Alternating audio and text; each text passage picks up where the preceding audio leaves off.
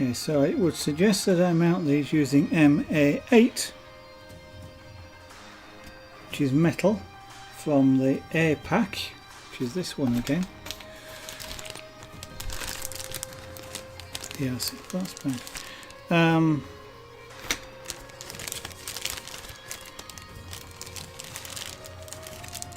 This bag here, because I didn't put it back, so I want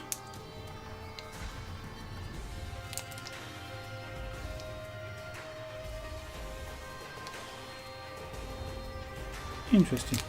MA8 is black ones. The black ones, not the silver ones. Okay, so 2 of these. Looking at them, the ferrules. Yeah, they won't go through the ferrules. And there is a little. Okay, they will go through those.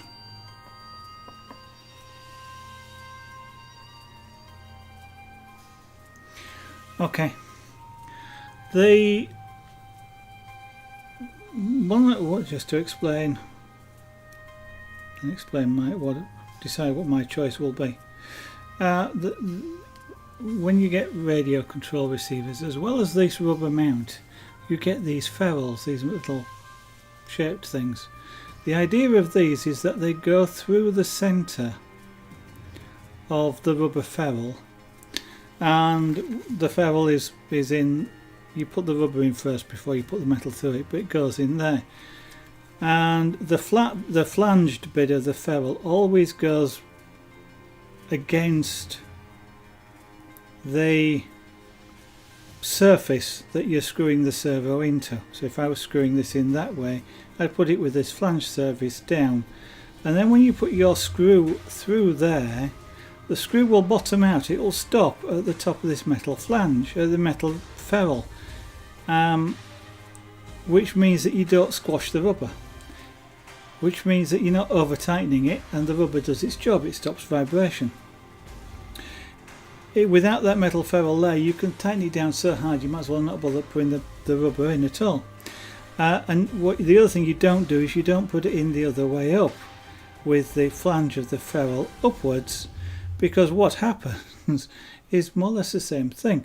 If I put a screw in there and drive it down, what will happen is I will actually push it into whatever, like wood or plastic or whatever it's going into. I'll actually push this in like a cookie cutter. To the point where I again flatten the rubber and it does no purpose. So you've got to put the ferrule, if you put the ferrule in, you've got to put it in the right way up. I can't put the ferrule in because the screw that I need to use is too thick to go through the ferrule. Now it will go through the rubber, and I think at least initially I'm going to put the rubbers in. But what that does mean is I have to be careful, if you like, for the rubbers to serve any purpose. I have to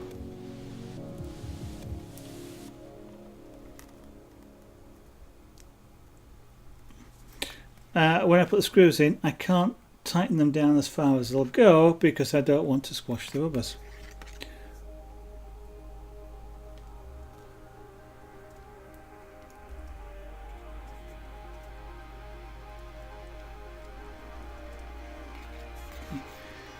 Now unusually, I guess, there's only 2 mountings for this. 2 mounting screws. They're not mounting it with 4.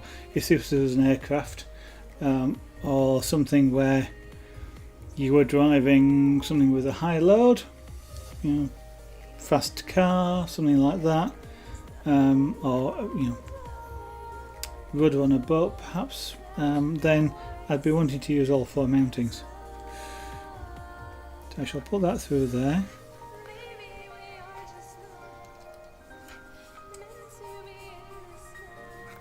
And then we'll screw this one into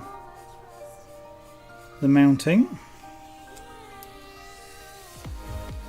Now I'm looking at between the sort of the washer that's on the bolt and the rubber, I want to see it compress the rubber slightly like that, but I've not really cranked that down. It's still got some movement ability. I'll do the same thing now on the other side.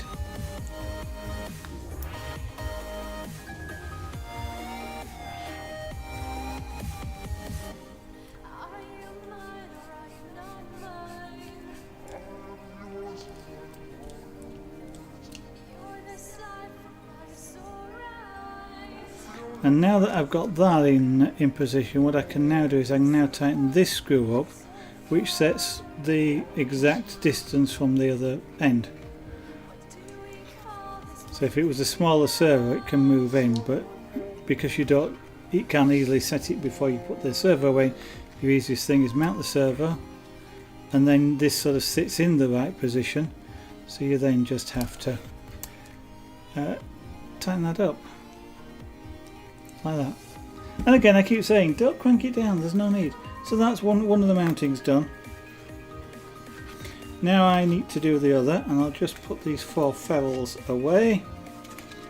Again, they're the sort of things that get lost, so having a few of them around spare is no bad thing.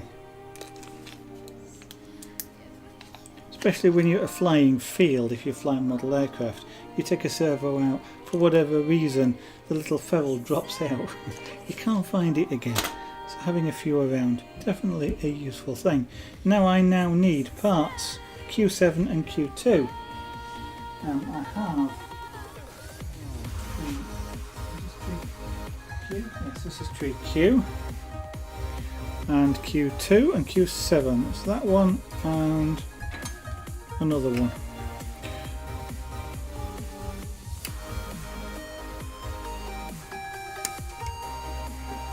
Again, this is an adjustment mechanism, it's just a different one, and that's Q7.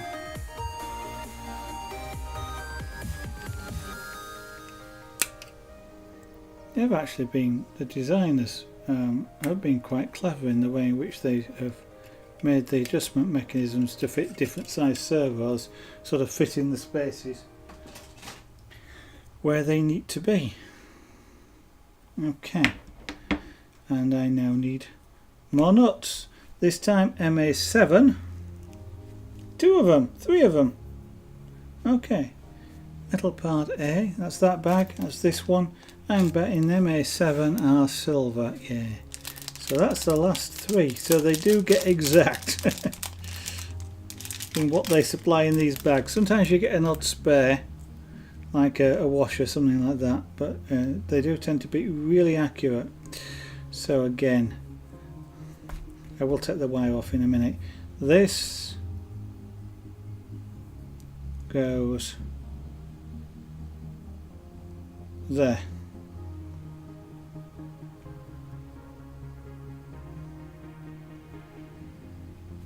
I will screw this in again, leaving it loose, so it's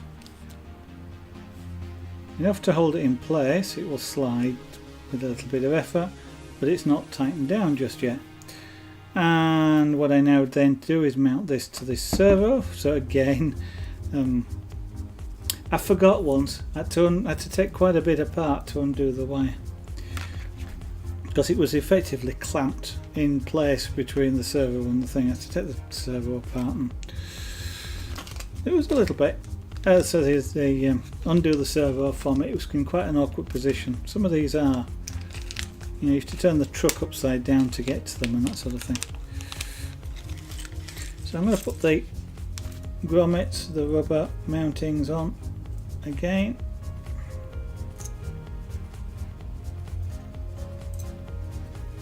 If you follow the kit religiously, it does not tell you to do that.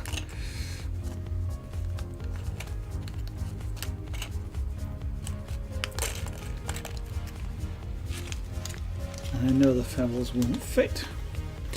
Right, I'm going to put these bits back in this bag again before I lose which one is for which bag of bits.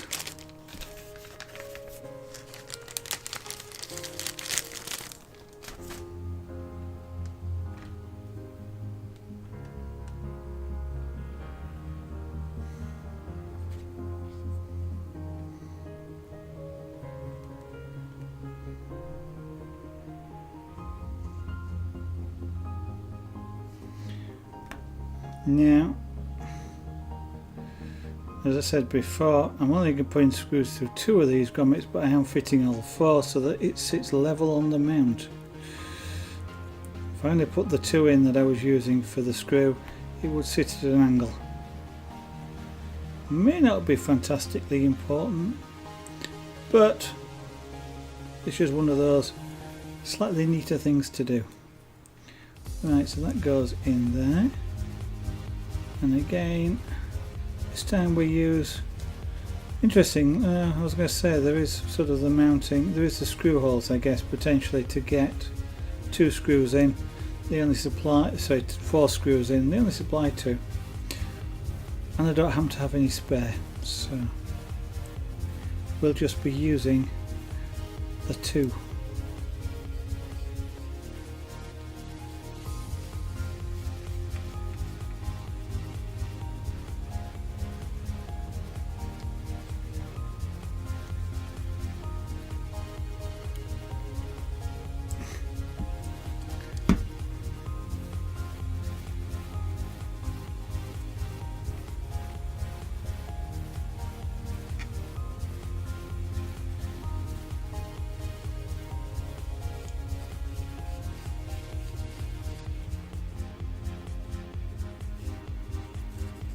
And now that that's in place, I can tighten this.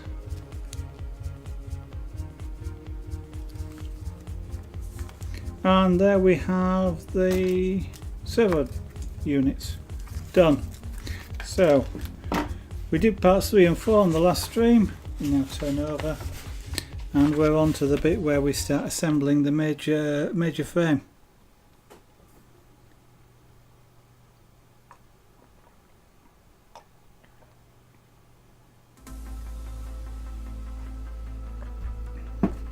For which we will need the steering servo, which is that one.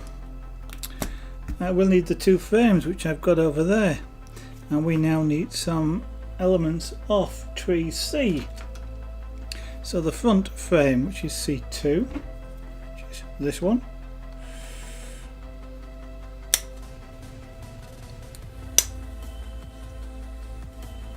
that's the front frame. We're going to need part Q11, which I think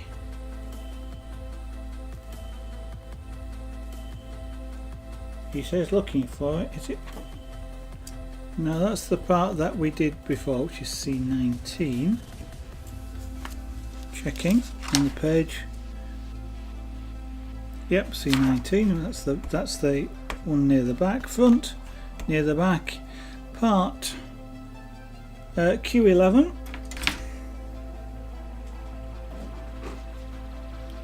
I'm betting is this one at the back, yeah.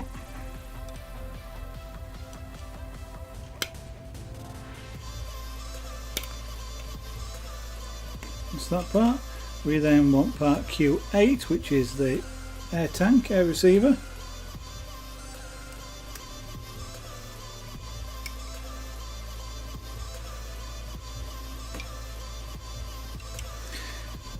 And we will want this part that we built previously.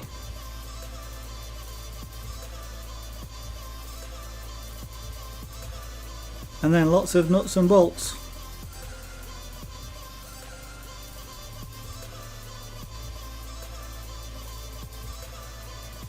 Okay, put that away.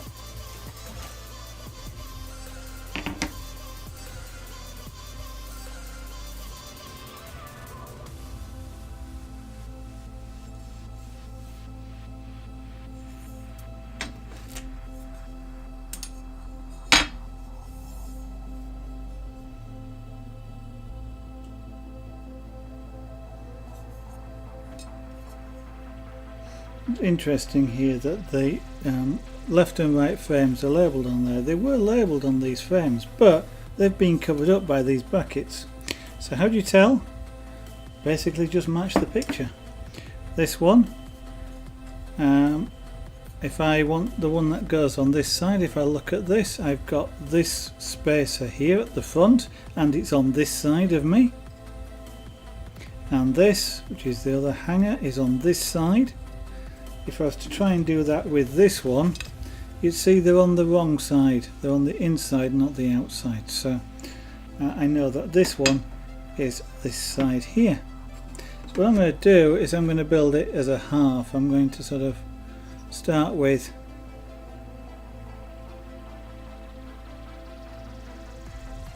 this on here, wherever these particularly go, which is probably about there somewhere, and build this, and then we'll put the other frame on top of it. But I am looking at, okay, this piece probably only goes on one way, and I'm looking at it. So you if you were building it, you probably have the same problem. But again, it's about matching pictures. So this side here looks different to that side. There's a notch cut out of it, and when I look on the diagram here, I see the notch facing up, so I know that that wants to go that way when it gets bolted in here like this. Potentially if I put it in the wrong way, it wouldn't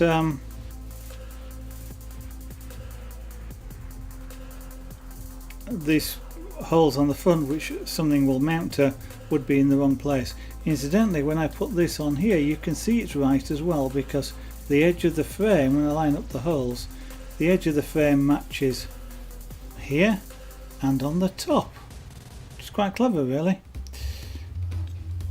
So nuts BC1, BC.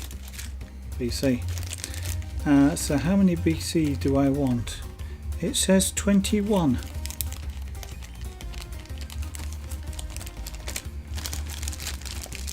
So I said when we started using them a lot, I'd open it up more.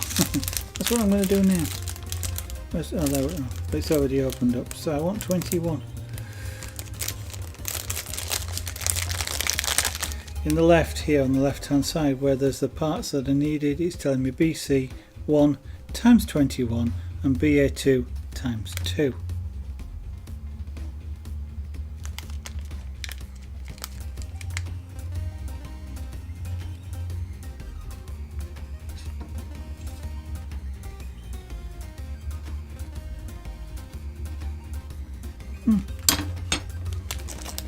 Now, remembering that there's two different nuts in here, I want the self-tapping ones.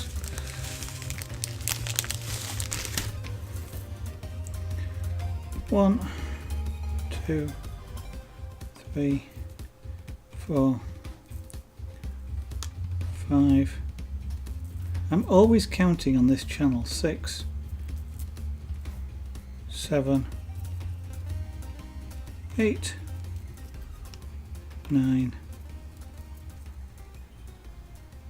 10, 11, 12. Well, I'm counting bolts in this particular case. Luckily I saw where that dropped. Black bolts on a dark blue carpet. Or whether I'm counting rings for jewellery. I'm counting beads. Always counting something. So I said 12, 13, 14, 15, 16, 17, 18, 19,